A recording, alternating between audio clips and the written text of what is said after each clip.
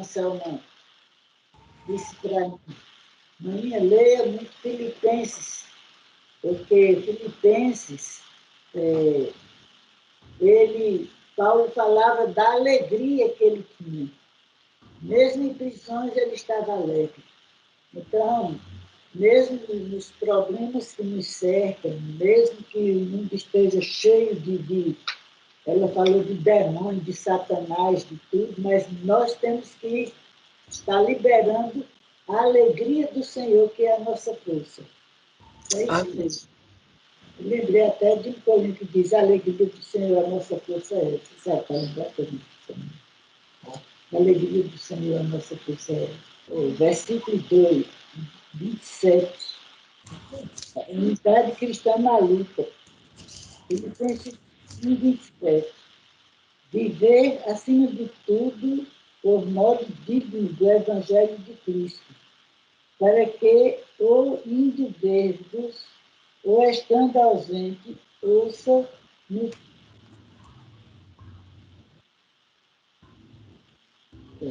no tocante a vós outros, que estáis firmes em um só Espírito, como uma só alma, lutando juntos pela fé evangélica, e que em nada estáis intimidados pelos adversários, pois o que é para eles proveito, pois o que é para eles prova evidente de perdição, é para vós outros de salvação, e isto da parte de Deus, porque vos foi concedida a graça de padecerdes por Cristo, e não somente de crerdes nele, pois tende o mesmo combate que vistes em mim, e ainda agora ouvis que é o meu. Então, isso é Paulo falando sobre a unidade da fé cristã, que a gente tem que confiar no Senhor, né? E viver acima de tudo por modo digno do Evangelho. Evangelho de Cristo, né? Do Evangelho de Cristo. Ele fala que é o Evangelho de Cristo. É. Hoje Manuel colocou um texto aí, né? Em Romanos 7. Achei bem interessante, né? O comentário que Paulo Edson fez aí do versículo 4, né? Que já tinha lido várias vezes, mas não tinha visto isso também, né? Que tanto nós nascemos em unidade no corpo de Cristo, como morremos também em unidade no corpo de Cristo. É bem interessante isso, né? Para confirmar o que vem sendo falado esses últimos tempos, né? Que individualmente a gente não vai ter a perfeição e ser aperfeiçoados, né? Mas vamos ser aperfeiçoados dentro do corpo de Cristo, né? Isso é maravilhoso, né? E veio só mais uma confirmação de que estamos no caminho certo, né? Em busca da perfeição, mas em unidade, né? No corpo de Cristo, multimembrado. Muito bom. Essa observação que Paulo fez aí desse texto de Manuel. Foi Romanos 7. Romanos 7, versículo 4. E um entendimento que nos dá dessa parte aí do versículo 4, né? Do capítulo 7, é quando a gente vem falando sobre o capítulo 6, né? Que ele diz que mortos para o pecado, vivos em Cristo. Amém. Paulo, ele aprofunda mais toda aquela visão que ele vem aqui falando aos romanos, né? E mais uma vez repete, mostrando isso também aos coríntios. E aqui é bem interessante, fica bem claro a questão sobre o que vem a ser morrer para o pecado e estar vivo em Cristo Jesus. E aí no capítulo 7 ele também faz a colocação sobre a lei e a graça, né? Ele reforça mais uma vez, porque é interessante quando a gente lê no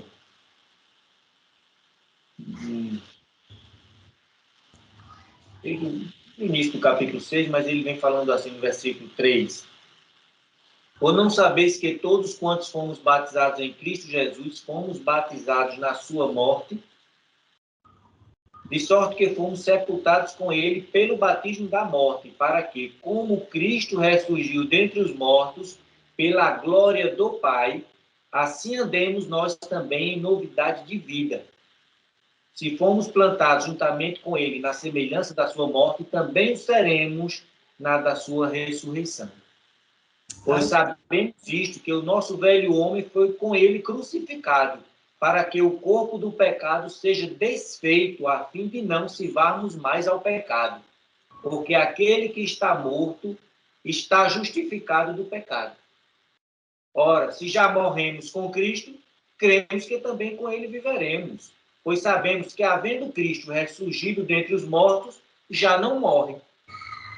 A morte não mais tem domínio sobre ele. Amém. Assim, parece uma coisa assim já batido, né? Mas essa visão que a gente está tendo hoje de corpo, né? Esse texto parece que ele sobressai, né? A gente passa a enxergar de maneira bem mais profunda, né? Aquele corinho que nós cantamos há pouco, né? A profundezas do conhecimento de Cristo, né? Já não é mais aquele conhecimento superficial, né? Algo realmente profundo que o Pai está nos dando. E quando fala Cristo hoje, e a gente coloca o corpo, o desmembrado, nessa consciência de Cristo, todo esse versículo ganha uma ênfase muito maior, né? Então, assim, quando morremos em Cristo, quer dizer, a gente passa a estar inserido no corpo. Quer dizer, então, se eu estou inserido no corpo de Cristo, eu morri junto com Cristo, né? E se eu estou inserido com Cristo, no corpo, eu estou ressuscitando com Cristo. E realmente, se Cristo já não morre, nós também já não morremos, porque nós estamos inseridos em Cristo. Quer dizer, passa a ter muito mais palpável, é muito mais fácil de entender hoje essa questão, né, de morte e ressurreição, e de vida ressurreta, né? Então, nele nós seremos vida. Então, nele nós seremos um com o Pai, porque se o Pai está em Cristo e nós habitamos no corpo de Cristo, quer dizer, então nós estamos com o Pai em Cristo, né? Então, assim, esse entendimento fecha mais o entendimento nosso a esse respeito e já não fica algo assim tão distante, né, como a gente via antes, né? Então é algo que a gente já pode estar experimentando já. Se alguém está em Cristo, o diabo já não toca. Então, se o diabo não me toca, não tem como eu pecar, né? Então eu não tenho pecado mais, porque eu tenho a proteção de Cristo ali, né?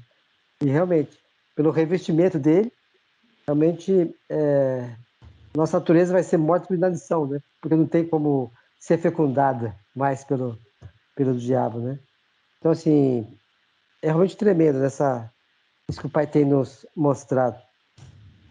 E conversando com o Ronaldo, já umas 2 semanas, o Ronaldo colocou uma coisa que eu achei muito interessante e vou falar sem ele estar aqui, mas depois ele reforça essa questão. É interessante a gente falar que o Velho Testamento, né, quer dizer, o Velho Testamento converge para Jesus, né?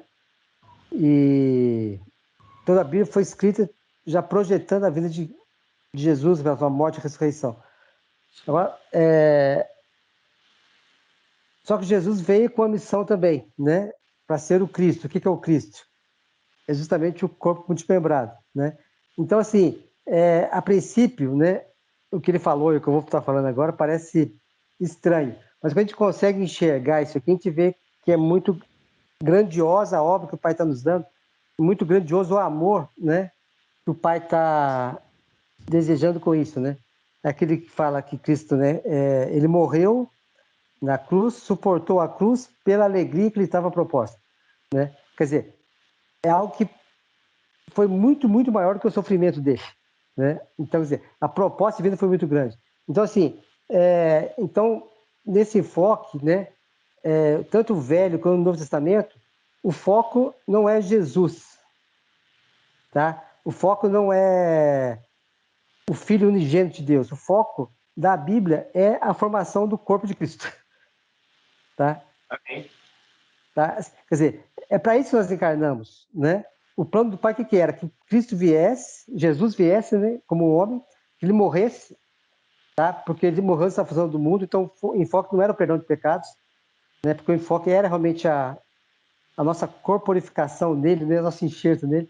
Quer dizer, então, independente de ter pecado ou não, ele teria que morrer, nós teríamos que passar por esse processo para sermos um com ele, né? Quer dizer, independente da atitude do homem, né, o Pai planejou isso, né? Quer dizer, então se nós estamos aqui justamente para passar por esse processo de transformação de unidade com Ele, né? De não apenas servos, mas amigos, de estarmos unidos a Ele. Quer dizer, então toda a Bíblia, a convergência dela não é para Jesus, porque Jesus, se nós já éramos, já existíamos antes da fundação do mundo, quer dizer, nós já nos prostrávamos diante de Cristo antes da encarnação do mundo, né? Então, assim, nós já adorávamos antes. Então, nós precisávamos encarnar para adorá-lo. Nós já fazíamos isso no céu, né? Nós já fazíamos isso no céu. Então, se nós viemos para cá, é porque para esse processo. Então, toda a Bíblia converge para quê? É para o corpo, né? Se tirar a questão do corpo da Bíblia, perde o sentido da Bíblia, né?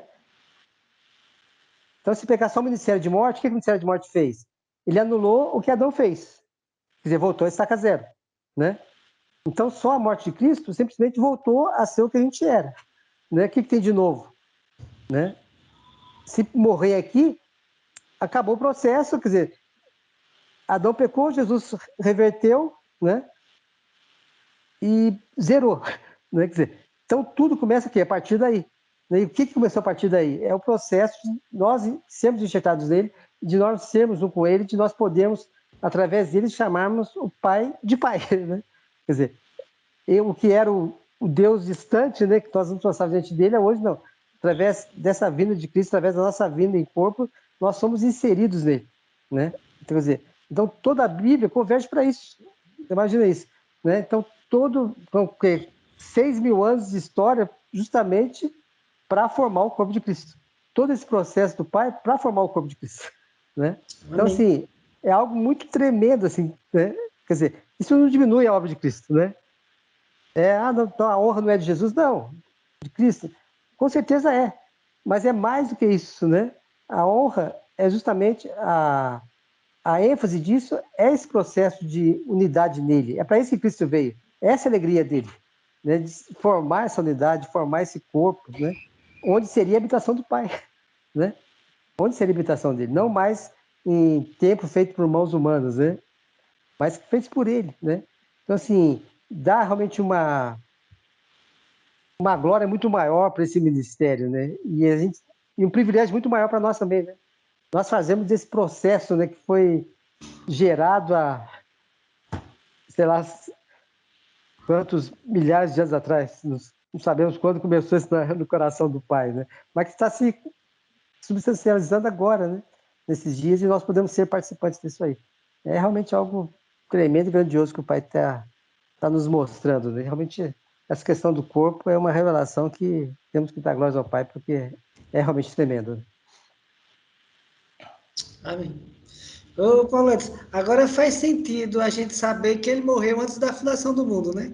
Sim. Então, ele não veio morrer, não veio para cá para morrer porque já tinha morrido, né? Já tinha O morrido. objetivo não era esse, é Não verdade. foi uma falha do Fecha. processo que fez ele morrer, né? Não foi. Fecha isso aí, tremendo isso aí. É algo que às vezes a gente começa a pensar e a nossa mente humana não alcança. Eu não consigo alcançar esse É verdade. processo, esse plano que o pai tem. É tremendo isso, é fantástico. Uhum. É maravilhoso isso aí, realmente. É Ô, coisa. Paulo, lembra de uma vez, eu confesso ao irmão, não com tanto entendimento que eu tenho hoje, mas eu já havia entendimento, mas ainda, sabe, sem muita firmeza, porque eu havia escutado e eu vi que fazia muito sentido para mim, quando eu comentei com o irmão sobre o sofrimento que Jesus passou lá na cruz, aquilo que ele passou foi espiritual. E quando a gente entende que ele morreu antes da fundação do mundo, ele não estava morrendo naquele momento, ele já havia morrido.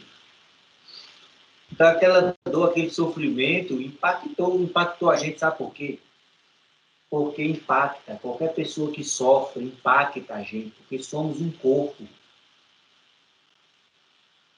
Se alguém sofre um acidente, eu não conheço aquela pessoa, não sei se ela é má, se ela é uma pessoa assassina, se ela é adúltera, eu não sei, mas eu sinto aquela dor. Quando eu assisto uma pessoa apanhando, às vezes um marginal apanhando da polícia, aquilo dói, a gente fica, sabe, choca, a gente sente também. Eu vejo com mais profundidade nesse sentido hoje, que ele passou foi espiritual nesse sentido. Não que aquilo não tenha acontecido.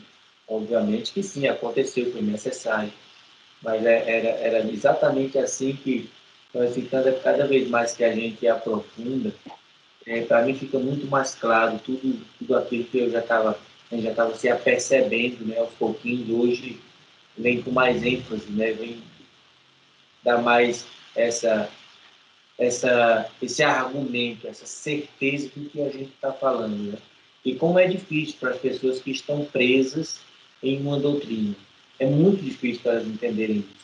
Sabe? Então, lá no trabalho tem amigos que trabalham comigo, que são de denominações diferentes, mas ele não aceita que é possível esse corpo passar sem morrer. Não tem condição. Mas nós somos pecadores. Eu digo, eu sei que somos.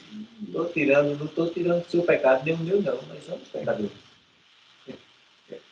Eu sei disso. Mas aí eu não sou mais escravo do pecado, eu não sirvo mais ao pecado, eu sirvo a Cristo. Não, mas você ainda pode pecar, isso não importa, meu irmão, o que eu possa, no futuro não pertence a mim, não importa. O que importa é que agora eu creia que eu não sirvo ao pecado. O que importa é que agora eu sirvo a Cristo Jesus.